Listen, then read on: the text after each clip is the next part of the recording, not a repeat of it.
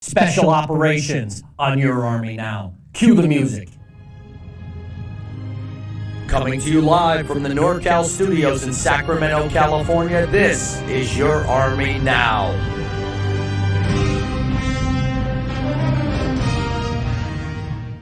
Hey team, what's happening? Sergeant Major Nelson, Your Army Now. Thanks for joining us.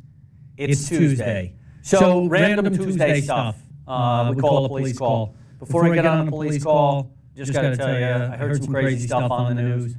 It's baseball season, right? Regular season's getting ready to kick off.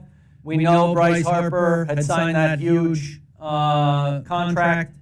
Well, it looks like it's being reported by ESPN that Mike Trout of the Los Angeles Angels is looking at doing an extension, 12 years, like $420 million. Wow! Can we have a salary cap in baseball? What do you do with all that money? More importantly, all right, so athletes, maybe a little overpaid. You wonder why your tickets cost $900 to sit in the bleachers and get splinters in your rear end. Here's what I did here, WABC out of New York. A woman just gave birth in the hospital up there to a 15-pound baby. 15 pounds! What? It takes you like 6 months to gain to get to 15 pounds. Good on her. She did say it was funny. She said it was like being hit simultaneously by 2 tractor-trailer trucks. All right, good. Anyway, that's what you get from me. 15-pound babies and $420 million baseball contracts. All right, let's get on to some real stuff. So, UC Davis, we're going to be out there this weekend, right? First robotics. I don't know when you're watching that. Today's date is like the 20th, right? What's today's date?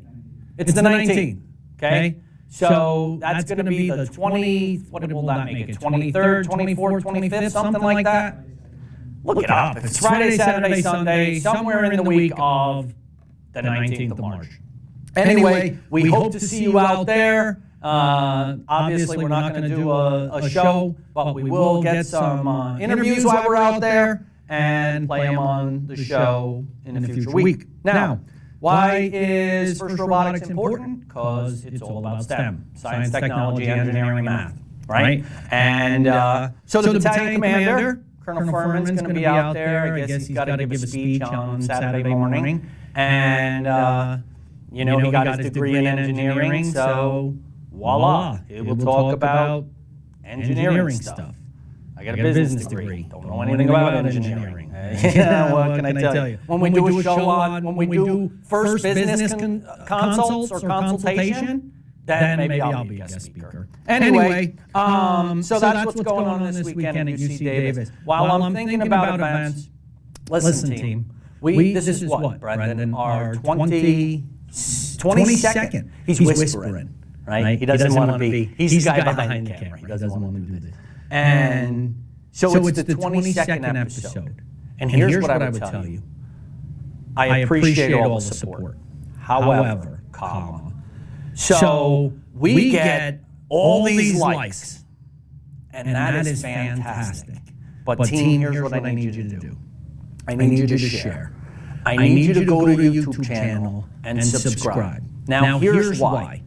Obviously, a lot of you that are watching this are recruiters, and that's great. But really what you have to understand is this information isn't for you. So what I've been telling my soldiers is this. When you get a future soldier that enlists, immediately get that future soldier's phone, hook them up with Facebook, Your Army Now, have them like it, recommend it. On Instagram, we are going to crack the code on Instagram, I promise. One of these days, we're gonna have that figured out. Until then, what you'll notice is if you follow me on Instagram at CSM_Nelson, I will simply grab the YouTube link and share it that way. And then the YouTube channel, Your Army Now, on YouTube at subscribe. Hit the subscribe. So why do I tell you to have your future soldiers do this? Well, guess what? Who are all their friends? People that aren't in the Army yet, in most cases. People we're trying to reach with this show. More importantly, if you explain to your future soldier that if they come in the office, if they have a friend come in the office that saw this show and said, oh, Brendan sent me some video of some crazy sergeant major saying nuts stuff about a 15-pound baby, but then he showed some allied trade stuff making a lot of money and I want to be a welder. Great, right? We want that walk-in traffic. That's what this is designed for. So Brendan walks in, tells me that he saw the show, and whoever referred Brendan, I'm giving them referral credit. Now, I haven't put any money on him in a long time, but looking at the pay chart, it's still like a $200 promotion. So the way you pitch this to your future soldiers is this. Is $200 a month worth 4 seconds of your time a day? Right? What's that? 2 minutes a month for $200?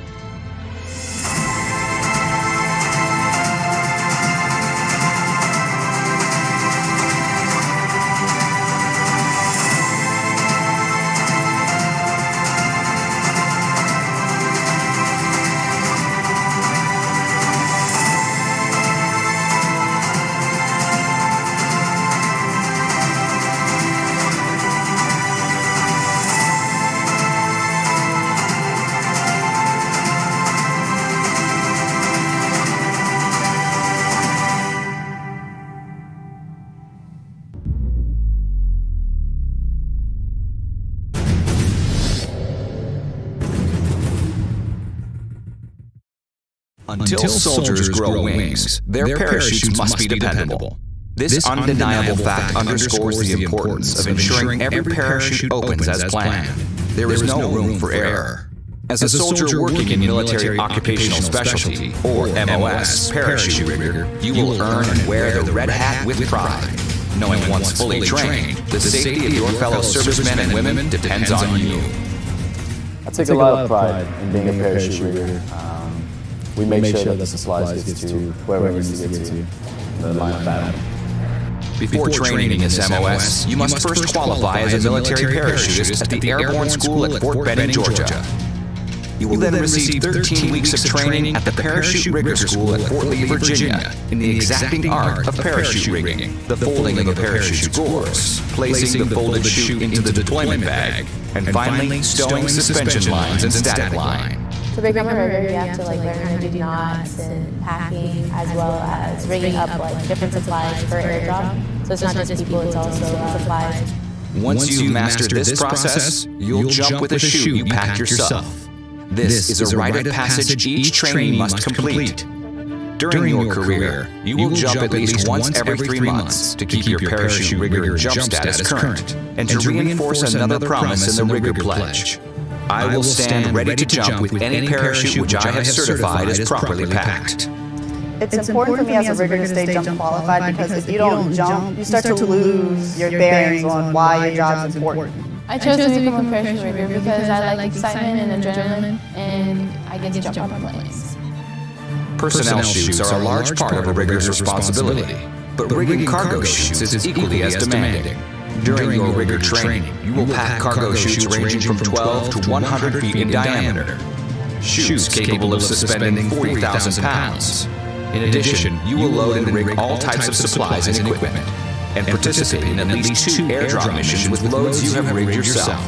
As a rigger, we do a lot of things. We pack parachutes for airborne infantry. We pack parachutes for special forces. We set up cargo drops for disaster relief and resupplying units. In addition to packing chutes and rigging equipment, you will train to repair and inspect all types of parachutes. After your initial training, airborne training, and advanced training, your duties may involve sewing canopy patches, repairing suspension lines, or replacing canopy sections and gores. Serving in this MOS can help you transition from the military to the civilian FAA employment sector. Being a soldier prepares you for the civilian world with discipline, responsibilities, as well as courage and leadership.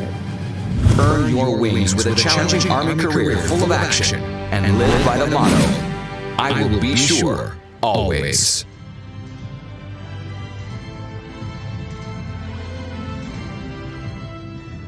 Hey team, what's going on? Sergeant Major Nelson out doing sergeant majoring is I guess what Sergeant Bennett called this. Again, Antigua, California, out visiting the soldiers. Sergeant Cano, who's going to be my guest today, is leaving us tomorrow after a successful tour on recruiting where he changed a lot of lives and put a lot of young people in the Army, and we appreciate it. The reason we're talking to him today is because he just got back from airborne school. Now, some of you come in and talk to us about how you want to jump out of planes and go skydiving and all that stuff, and he just got back from the school, so we're going to talk to him about his experience. So, Sergeant Cano, first of all, I appreciate you and all that you've done in the time you've been in the battalion. Certainly all those kids that you put in the Army and changed their life appreciate you as well. So, you're going off to Italy, right? You've been in the Army how long? I've been in the Army for 12 years. 12 years. And you're going to Italy first time? First time going to Europe. All right, that'll be an experience. Now, in order to go to that assignment, you had to go to airborne school, right? Because it's an airborne unit you're going to. So tell us a little bit about airborne school, where it is, how long it is, what you do there. So airborne school is located in Fort Benning, Georgia, and it's 3 weeks. It's broken down into 3 different phases: ground week, tower week, and then jump week. From the day 1, you learn how to don parachute harness. Once you learn how to don your parachute harness, day 2, you jump out of a 34-foot tower. That's kind of one of the biggest mind-bending pieces of airborne school, jumping out of that tower, knowing that zip line is going to catch you. After that, you successfully exit that mock aircraft a few times, and then you head into tower week, where you learn more about jumping out of an airplane with a lot of people. So day 1, day 2 of tower week, you're jumping by yourself, learning how to exit the aircraft, learning how to get that good tight body position, and how to gauge canopy, check canopy, gauge canopy control.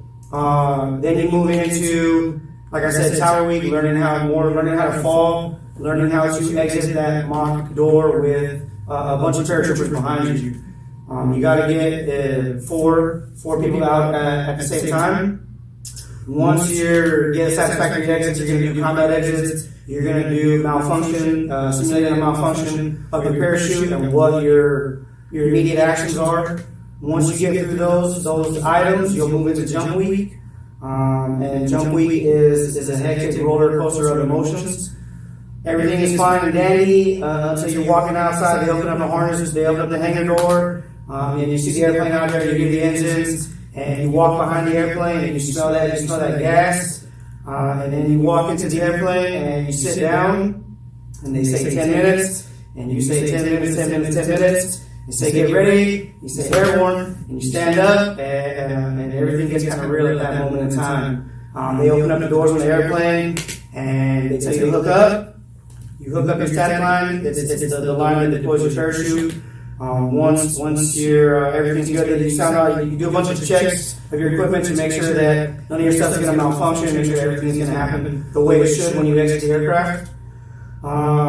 The first guy stands in the door. He gets a slap on his 5th point of contact, what's called your buttocks, and he gives a vigorous exit out of that aircraft.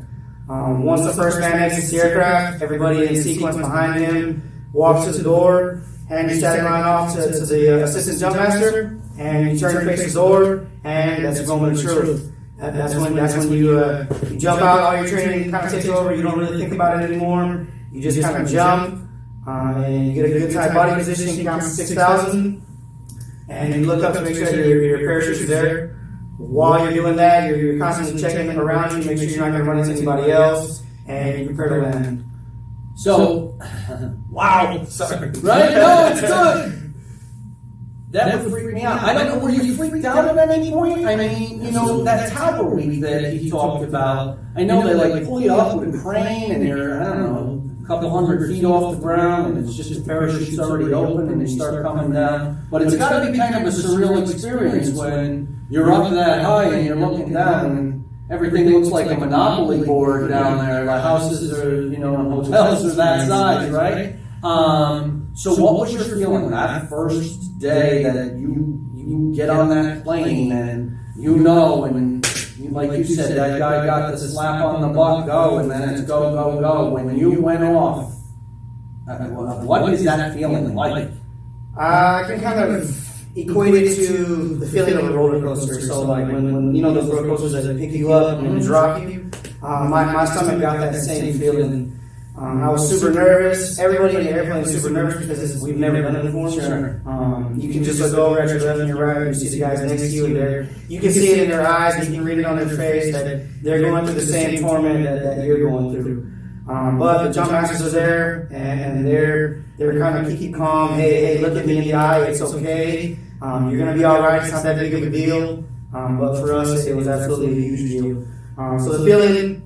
You jump out, the heights don't really bother you at that moment because you're really high. You're 1,200 feet in the air, so looking down at the ground didn't bother me.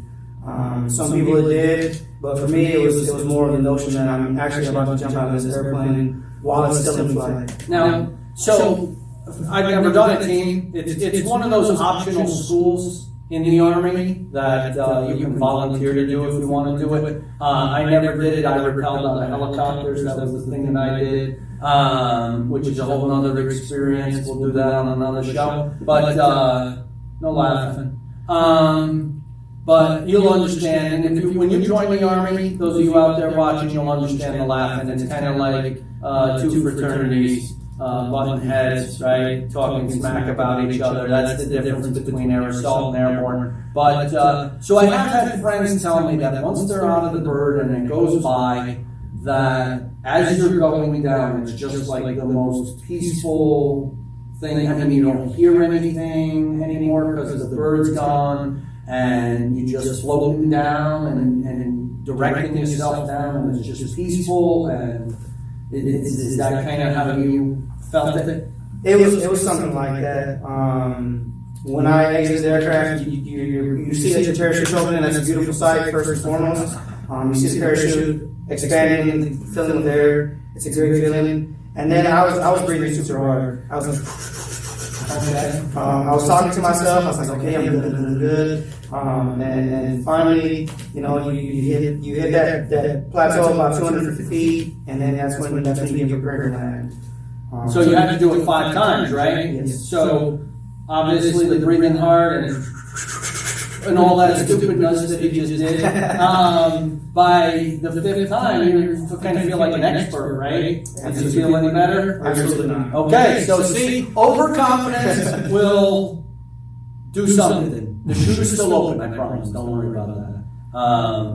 But listen, hey, a rewarding experience, right? You didn't get to do it until 12 years in the Army. But you got to do it, and you survived, and now you're wearing it on your chest. You can be proud as a paratrooper with the, you're going on 173rd over in Italy. So we wish him well, appreciate your time on the show again, and all that you did for us and for the youth that you touched. There it is, team. Talk to your recruiter about airborne school as an option if you want to volunteer for it. I'm Sergeant Major Nelson. You're listening and watching Your Army Now. Military occupational specialty. Diver. When salvaging sunken vessels, clearing harbors of obstructions, or scouting for safe troop crossings and fording sites, the Army relies on its divers. For this elite corps, you must pass a diver's medical fitness exam. Then the Army will train you in 2 phases. In Phase 1, you will train at Fort Leonard Wood, Missouri in basic water skills and shallow water snorkeling. In this phase, you will also train in the fundamentals of diving theory, dive charting and decompression techniques, diving physics and physiology, equipment retrieval, and in water skills, including underwater confidence training. You must also pass the diver's physical fitness test, consisting of a 500-yard swim in 14 minutes using the breaststroke or side stroke, 42 push-ups, 50 sit-ups, 6 pull-ups, and a mile-and-a-half run in 12 minutes 45 seconds. Upon successful completion of Phase 1, you will begin Phase 2. which is 26 weeks of additional training at Panama City Beach, Florida, where you will train in 2 types of diving: scuba diving using air tanks, and surface supply diving using air from a surface umbilical hose. You will also receive more detailed instruction in diving theory, train in underwater cutting and welding, the use of video cameras, the use of underwater hydraulic tools, and train to recover sunken equipment. You will be trained in topside support of divers, to operate air control consoles, to communicate via electronic voice equipment, to use line pull signals as backup, and to operate a recompression chamber. You will also train in basic demolition. At all times, your instructors will emphasize the importance of safety. The physical demands of this MOS are stringent, far exceeding those for most soldiers. You must pass all requirements and phases, or be reassigned to a different Army MOS. After your initial entry training and advanced individual training, you'll work day or night, assisting in recovery operations, inspecting dams or bridges, operating underwater tools and equipment, and performing demolitions. Serving in this MOS can help you transition from the military to the civilian sector. If you are self-motivated, like challenges, and enjoy the underwater environment, become a military occupational specialty diver. Sergeant Major Nelson, your Army now. Wasn't that an awesome interview with Sergeant Cano? Obviously, that was taped, right? Because I was in a different outfit. I had to talk to him about this before he left. He just signed out of our unit this week. He's heading over to Italy. That's where he's going to be signed. You know, how awesome is that in the Army you can travel to Italy and live over there as part of your assignment? Now, notice I didn't say he's deployed to Italy, right? He's assigned to his unit in Italy. We're going to do a whole show about that, about deployment versus where you're actually stationed, because people are a little bit confused about that. So, Airborne School. You heard him explain what he went through, 3 weeks of towers and jumping on planes and all that other stuff. Here's the great thing about it, team. So when you, as the adventure junkie, want to talk about how, I want to free fall out of airplanes and do all this stuff, the great news is you can pick an MOS, right? A job in the Army, and potentially, if it's available, attach Airborne School to it. So suppose for a moment you wanted to be a, I don't know, a culinary specialist, right? 92 golf. And you wanted to jump out of planes as well. You talk to your recruiter about that, and potentially there could be an airborne slot that you can get guaranteed with your MOS. Again, an elective school. So that's the airborne school thing. As we're talking about the special operations world, this isn't really a special ops thing. Air assault school. So air assault school is kind of cool. I did it. It's rappelling out of helicopters. There's a 2-week school, 10 days. Typically done at Fort Campbell, Kentucky. Not one you can elect for in your contract. Just know that moving forward, that if you go to MAPS, you're not going to get air assault in your contract. However, if you get stationed at Fort Campbell, Kentucky, the mighty 101st Airborne Division, the air assault school is there, and much like I did 20-something lots of years ago, when I got assigned to Fort Campbell, they said, hey, you're going to air assault school, and I was like, cool. So, air assault school, and you learn fast roping and stuff like that, which I guess kind of does tie in a little bit to the SF and Ranger stuff, the Special Forces, Special Operations community, because they do that kind of stuff too. All right, so Ranger School, right? This is like, how can I explain Ranger School? So Ranger School is a special operations community job that isn't being a Special Forces soldier. Okay? You can go to 75th Ranger Regiment. But the interesting thing about Ranger School, too, is this. Again, it's called Option 40 as a job tag. So, again, if suppose you want to be a 92 Golf culinary specialist, or like yesterday's show, an allied trades guy, and you still want to go to Ranger School, we can guarantee that in your contract. Now, Ranger School, I'm going to read this to you because I'm not in Ranger School, I'm not a Ranger, nor will I pretend that I want to be at my age. When I was younger, it was something that I potentially wanted to do. Yeah. So there's crawl phase, walk phase, run phase. That's perfect. So anyway, you want to know more about Ranger School, go to GoArmy.com and Specialized School, and it will tell you what you're going to do in each of the phases. But crawl phase is 20 days, 21 days for walk phase, so that's 41. And then what does it say for run phase? It doesn't say. So 41, probably like 2 months. And from what my friends tell me, it's like 2 months of eating twigs and berries and tree bark and sleeping for like an hour a day. I don't know if it's true or not. I haven't been. But obviously you have to learn how to survive out in the wilderness and fight and win the wars out there. So they have to train you in that austere conditions. Right? So there you have it. But if you want to do Ranger School, you watch the cool videos. I'm sure we showed a cool commercial, or we're going to, about Ranger School. You're interested, talk to your recruiter. Again, any MOS can get Ranger School attached to it. If it's available, understand your qualifications will tell you. Talk to your recruiter in your local recruiting station. I'll let you know if you're qualified. Then Special Forces recruit. 18X, right? Creme de la creme of the Special Operations community. The Special Forces recruit. We call that contract 18X. Special Forces recruit. Now, Special Forces is cool because they have 4 different components once you make it through the training.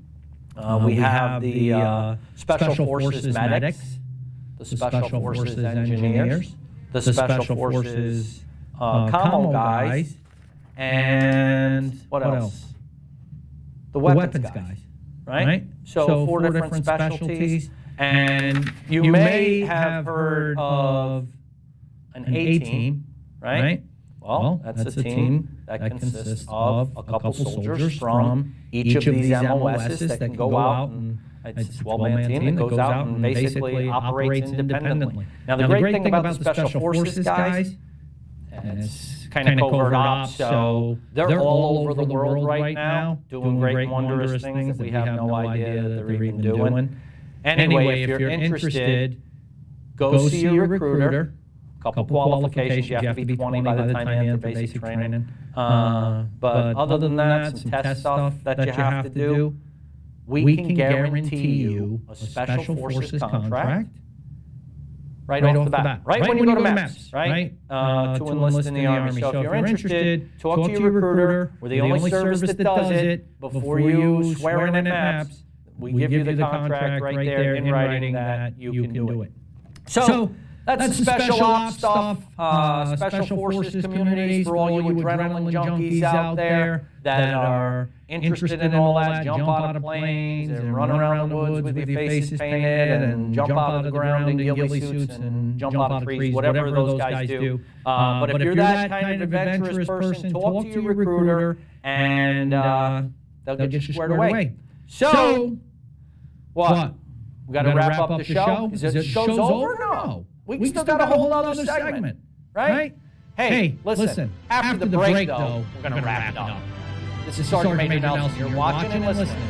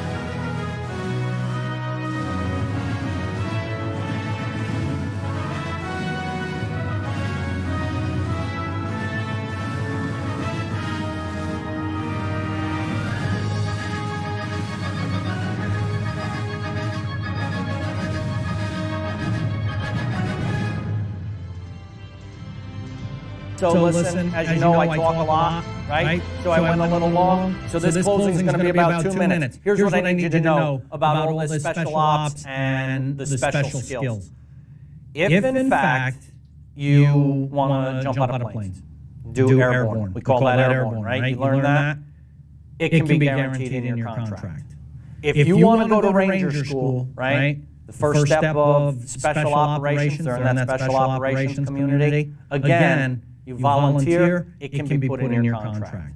You want to go Special Forces straight up, the 18X that we talked about, and you meet those qualifications, we'll guarantee it in your contract.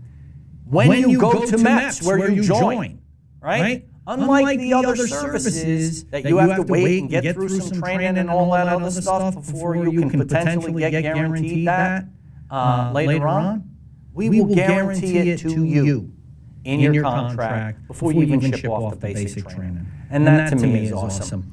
Well, team, another great show. The music's playing. Gotta thank the team as we do. It's Brendan and JB and Dylan and Mark. I'm Sergeant Major Nelson. You've been listening and watching Your Army.